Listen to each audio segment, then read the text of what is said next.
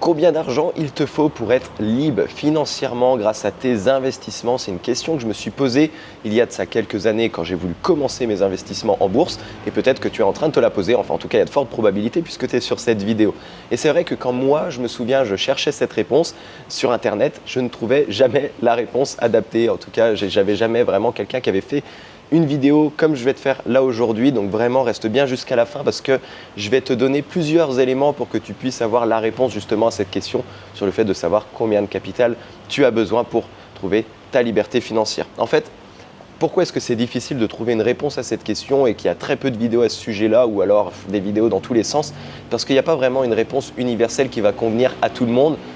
C'est vraiment quelque chose où en fonction de chacun, eh bien, on peut y apporter une réponse différente. Donc moi, le but, c'est pas de faire juste une réponse en fonction de mon profil et te dire voilà, ça c'est ma vision et c'est ça qu'il te faut comme capital. Là, je veux vraiment te donner tous les éléments pour que tu puisses toi-même répondre à la question, mais de la meilleure manière possible et sans être dans le flou à la fin de cette vidéo. Donc s'il te plaît, laisse un like parce que je peux t'assurer qu'à la fin de cette vidéo, tu auras pris énormément de valeur. Donc déjà, en fait, quand tu poses la question combien d'argent faut-il vraiment pour être libre financièrement, il y a plusieurs points qu'il faut approfondir pour répondre à cette question. Ce n'est pas juste une question qui est posée à l'intérieur. Dans un premier temps, en fait, la première des choses, il va falloir définir c'est quoi être libre. Parce que dans ta question, combien est-ce que d'argent il me faut pour être libre financièrement, il y a le mot libre. Et donc tu dois définir c'est quoi la liberté pour toi. Typiquement, pour certains, la liberté, ça va être la richesse financière, la liberté de ne plus compter à la fin du mois. T'en as, ils vont avoir la liberté, par exemple, de voyager, la liberté de ne plus travailler. C'est à toi de définir c'est quoi ta propre liberté. Et ta liberté peut évidemment englober plusieurs choses, mais c'est important que tu fasses ce travail d'introspection sur toi parce qu'elle va t'aider justement à répondre à cette question et à définir ton objectif long terme. Typiquement, si je te prends moi comme exemple, c'est vrai que pour moi, la liberté, alors c'est pas forcément la liberté financière, mais pour moi, ma plus grande richesse, en fait, c'est le fait de pouvoir travailler où je veux, quand je veux. J'ai pas de patron, voilà, si j'ai pas envie de travailler, bah, je peux ne pas travailler. Si je veux voyager, être à l'autre bout du monde, chose que je suis en train de, comme là aujourd'hui, tu vois, je suis en Thaïlande, je suis dans un hôtel, je suis posé et je voyage comme ça. Bah, ça pour moi c'est la vraie liberté et donc pour avoir cette liberté il me faut un certain montant mais j'ai pas besoin d'être multimillionnaire, donc c'est vraiment important tu vois de faire ce travail là. Et donc une fois que tu as défini eh bien, quelle était la liberté pour toi, maintenant la vraie question à se poser c'est combien est-ce que tu as besoin par mois pour pouvoir avoir cette liberté. Donc tu vois, si ta liberté c'était moi je veux plus compter à la fin du mois. Bah, par exemple, tu sais que ton train de vie, habituellement, tu dépenses X euros. Pour ne plus compter, il faudrait que tu gagnes 10 000 euros par mois. Je prends une connerie.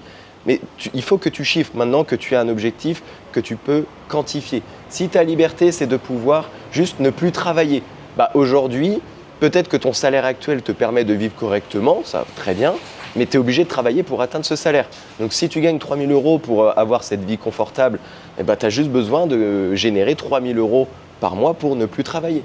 Si pour voyager, comme moi par exemple, tu te dis il te faut 3 à 5 000 euros par mois, 5 000 euros, allez, 5 000 euros par mois, il faut que tu génères 5 000 euros par mois. Tu dois quantifier de combien est-ce que tu as besoin pour pouvoir vivre sans stress et atteindre ta liberté par rapport à ta définition de la liberté. Donc voilà, évidemment à l'intérieur, pour comprendre les différentes dépenses et chiffrer tout ça, tu peux comprendre le logement, j'avais noté, la nourriture, les loisirs, la sécurité et les imprévus aussi, super important de toujours pouvoir mettre de côté au cas où qu'il y a un imprévu.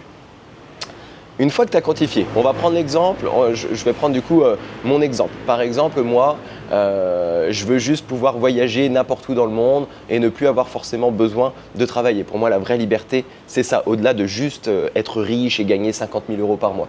Donc ça, si je devais le quantifier pour voyager, par exemple comme là en Asie, 3 000 euros, 5 000 euros par mois, ça suffit. Alors oui, tu n'as pas la vie de luxe, mais tu es libre et tu n'as plus de compte à rendre. Donc on va partir sur 3 000.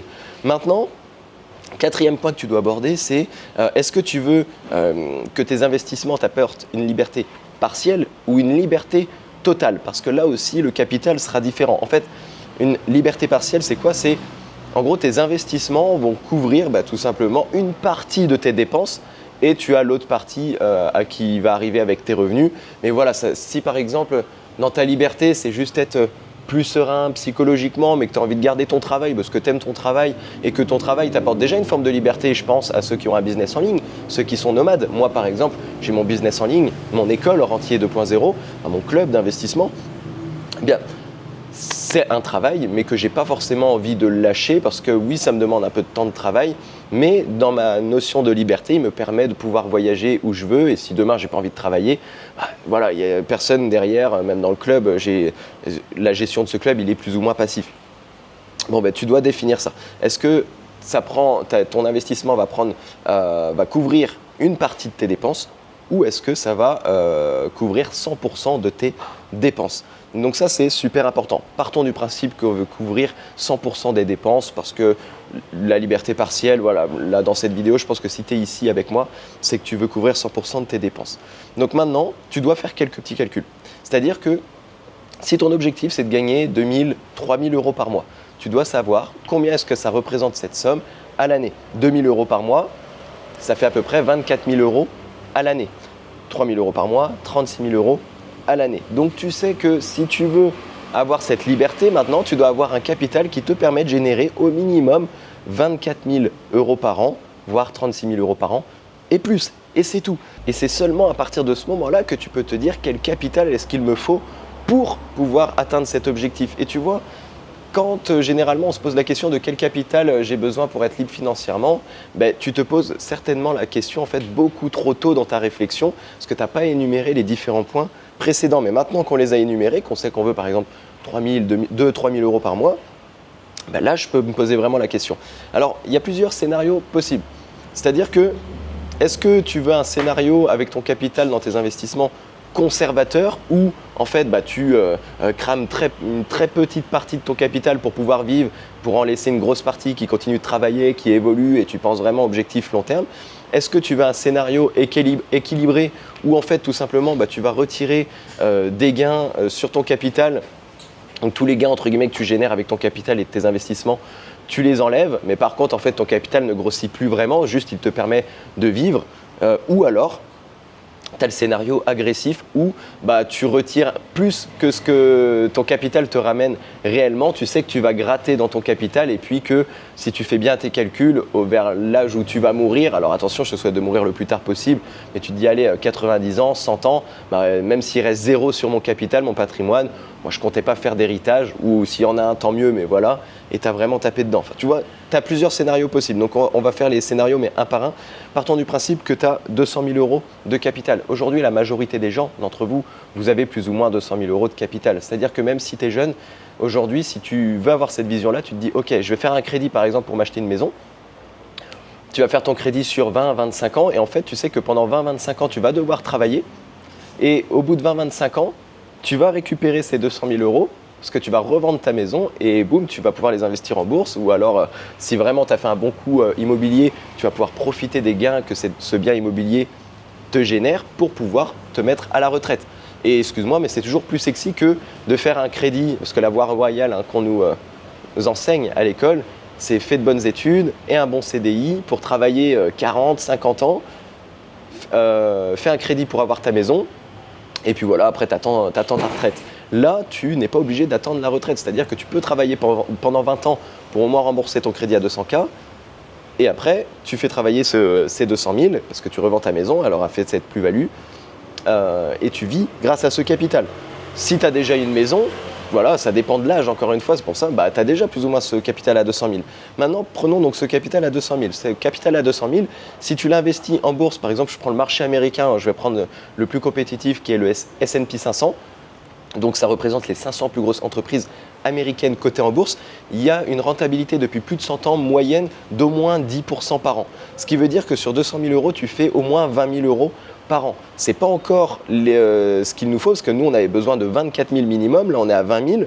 Mais si déjà tu gardes 20 000 euros, ça te fait 1 600 euros par mois. Et est-ce qu'aujourd'hui, avec 1 600 euros par mois, tu ne peux pas être libre financièrement? Je ne sais pas, c'est par rapport à tes objectifs. Si tu as besoin de plus, peut-être va falloir taper un 300 000 euros de capital. 300 000 euros de capital, tu fais 10% de rentabilité tous les ans, ce qui fait 30 000 euros par an. Et au mois, ça va te faire 2 500 euros de salaire. Point. Et aujourd'hui, tu vois, la vraie liberté, la liberté financière, avec 2500 euros par mois, tu peux être plus libre qu'un mec qui gagne 6000 euros. En fait, là, une bonne santé financière n'est pas égale au revenu que tu fais. Parce que si tu gagnes, je sais pas, 6 000, 10 000 euros par mois, que tu en dépenses 11 000, en fait, tu es en négatif. Ou alors, il te reste rien à la fin du mois. Que si, toi, tu sais qu'avec 2 000 euros, certes, tu n'as peut-être pas le même luxe qu'une personne qui gagne 10 000 euros par mois. Mais quelle est l'énergie et le temps de travail qu'elle met, cette personne, pour gagner ces 10 000 euros par mois? Toi, dans ta définition de la liberté financière, c'était juste par exemple de pouvoir voyager ou autre. Bon ben voilà, tu l'as et donc en fait tu es déjà très riche. Donc là, on est parti dans un scénario où potentiellement on a un capital à 300 000 euros, on fait 10% de rentabilité et en fait on est sur le scénario équilibré où on retire vraiment l'intégralité des gains. Le seul truc c'est que chaque année, ton capital il grossit pas, il reste à 300 000 euros, mais au moins il peut quand même couvrir si tu as un pépin, un imprévu. Donc tu vas gratter dedans à la rigueur. Quand tu as des bonnes années, ça rattrapera les différents pépins, parce que des fois tu fais plus de 10%, parfois moins, mais voilà, ça permet de faire une belle moyenne. Et donc au moment où tu décéderas, tu auras un héritage, tout simplement, que tu pourras léguer, qui sera plus ou moins à hauteur de 300 000 euros, si ce n'est pas un petit peu moins. Comme si demain tu redonnais ta maison, mais toi tu as complètement profité de ton capital. Après, tu as le scénario qui va être un petit peu plus agressif pour le coup, où typiquement tu te dis, ok, là il faut faire les calculs, et sinon, après la vidéo elle va durer trop longtemps, mais tu dis, ok, j'ai 300 000 euros de capital, je vais faire à peu près 10% par an, moi je veux gagner 5 000 euros par mois, donc tu sais que avec 10% tu vas faire que 2500, donc en fait à chaque fois, chaque année, tu vas être en déficit de 2500 euros par mois, donc tu fais ça x 12, ce qui te donnera donc un 30 000 euros de la même manière. Donc en fait, tu fais 300 000 divisé par 30 000 et ça te donne le nombre d'années que tu vas pouvoir être libre avec 5 000 euros par mois. Sachant que ton capital, lui, va descendre petit à petit, pas aussi vite que ce qu'il devrait, parce que tu vas quand même faire des gains, mais il va descendre petit à petit. Et donc si, par exemple, je sais pas, tu as 50 ans, on dit que, tu décèdes à 90-100 ans, tu vois, le plus tard possible, évidemment, je te le souhaite. Puis en plus, entre-temps, tu auras une retraite, peut-être pas grande, mais ça fera toujours 100 plus dans ta poche. Mais typiquement, si tu vois qu'en faisant 300 000 ou ton capital divisé par 30 000, ça te fait plus de 50 ans, tu sais que voilà, tu vas pouvoir tenir jusqu'à tant que tu décèdes. Je ne sais pas si tu comprends la logique que je veux t'amener, mais c'est possible. Tout dépend encore une fois des objectifs long terme de chacun. Je sais qu'il y en a qui ne veulent pas forcément laisser un héritage conséquent ou un vrai patrimoine financier. Il y en a, ils veulent juste laisser un petit truc. Bon voilà, tu auras un petit truc qui tourne. Et après, tu as le scénario conservateur. Scénario conservateur, il y a une règle en bourse, c'est de dire tu retires 4% de ton capital chaque année. Et tu vois, le fait que tu fasses déjà 10%, tu retires moins que ce que tu gagnes, ce qui fait qu'à chaque fois, ton capital, il grossit. S'il y a un pépin, tu as une année où tu as besoin de plus, ou X, Y, Z, tu retires que 4%. Mais le truc, c'est que si tu retires que 4% de 200 ou 300 000, là, tu es loin d'avoir tes 30 000 euros ou tes 50 000 euros à l'année pour pouvoir te faire ton salaire, donc tu as besoin d'un plus gros capital. Donc en fait, quel capital tu as besoin? En fonction du scénario que tu vas adopter, scénario conservateur, scénario équilibré ou scénario agressif, en fonction de ça, tu auras besoin d'un capital plus ou moins élevé. Plus tu es conservateur, plus tu as besoin d'un capital élevé. Donc à toi de trouver le bon juste milieu en fonction de la situation dans laquelle tu es actuellement, de ce que tu vises tout simplement à long terme.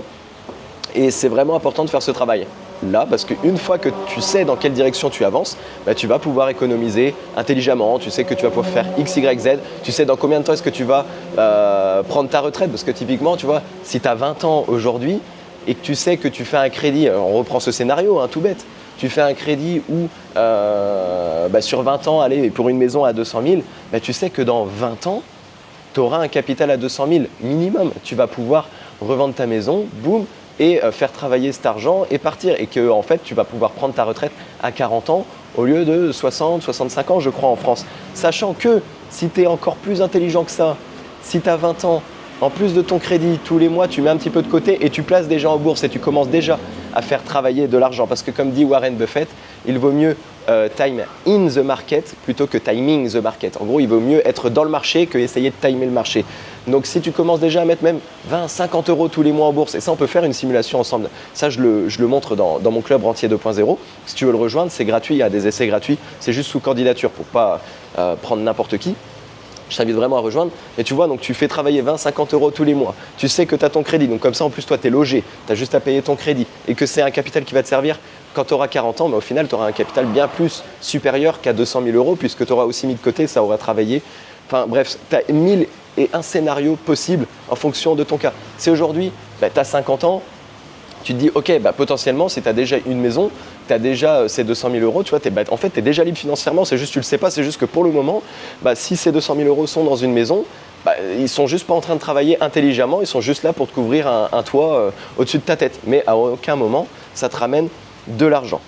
Donc maintenant, pour conclure cette vidéo, ce que les gens oublient en fait tout le temps, c'est que vous prenez pas en compte l'inflation, la fiscalité, les années difficiles, et en fait vous avez des projections qui sont complètement irréalistes. C'est pour ça que moi je te dis de faire travailler ton argent le plus tôt possible. Pour moi, la bourse, c'est ce qui permet de contrer tout simplement l'inflation, d'avoir la meilleure stabilité, parce que demain, typiquement en fait ton argent qui est dans un bien immobilier, il couvre à peine l'inflation et donc il ne prend pas forcément beaucoup en valeur. Donc ça peut être bien si ton objectif c'est d'être en France, comme je te l'ai dit, voilà, tu as un toit au-dessus de ta tête et puis qu'après, boum, tu n'as plus qu'à revendre et tu sais que tu vas gagner X euros par mois et voilà, tu es libre en fait. Je pense que c'est une bonne logique à avoir pour pas te faire cramer ton argent, parce que sinon ton argent est en train de dormir et de mourir petit à petit. Donc voilà, il n'y a pas vraiment de chiffre magique sur la réponse de quel capital est-ce qu'il te faut pour être libre financièrement. C'est vraiment une réflexion beaucoup plus profonde que ça. Je récapitule les piliers en quelques mots. En fait, définir c'est quoi la liberté pour toi, la quantifier maintenant cette liberté, combien est-ce que tu dois gagner par mois pour avoir cette liberté-là, et tu te rends compte très vite que tu n'as pas besoin d'avoir 1 million d'euros. Une fois que tu as quantifié, tu sais à l'année combien est-ce que tu dois générer, et donc tu n'as plus qu'à choisir par rapport à ton objectif long terme, est-ce que tu vas choisir un scénario conservateur, équilibré ou agressif. Comme ça, tu sais plus ou moins le capital dont tu as besoin. Et si tu pars de zéro, tu sais que voilà, tu peux commencer à mettre petit à petit, et l'investissement en bourse et la liberté, c'est pas une course, c'est juste une question de temps. C'est-à-dire que c'est pas une question de montant ou quelle est la méthode la plus rapide qui va te faire devenir libre. Dis-toi une chose, c'est que toutes les méthodes rapides pour devenir libre financièrement en bourse, en tout cas dans l'univers de l'investissement, ça va te faire prendre des prises de risques énormes et tu as énormément de chances de perdre ton argent.